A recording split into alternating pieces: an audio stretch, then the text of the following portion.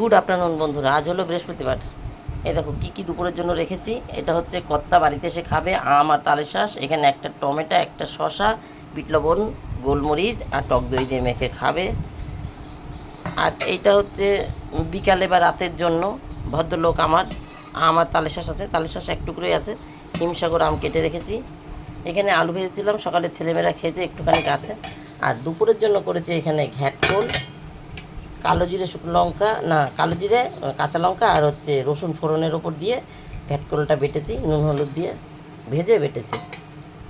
আর এইখানে হলো শোল মাছ, শোল মাছের ঝাল করেছি। আজ বেশ একটু বড় সাইজের শোল এনেছিল, শোল মাছের ঝাল করেছি।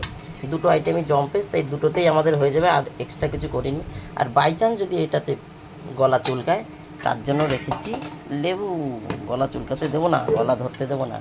আর এখানে আছে আম, ছেলেমেয়েরা একটু সলিড আম খেতে ভালোবাসে, মানে একটু শক্ত, তাই ওদেরটা একটু আলাদা করে রেখেছি। তাহলে আজকের মতন টাটা।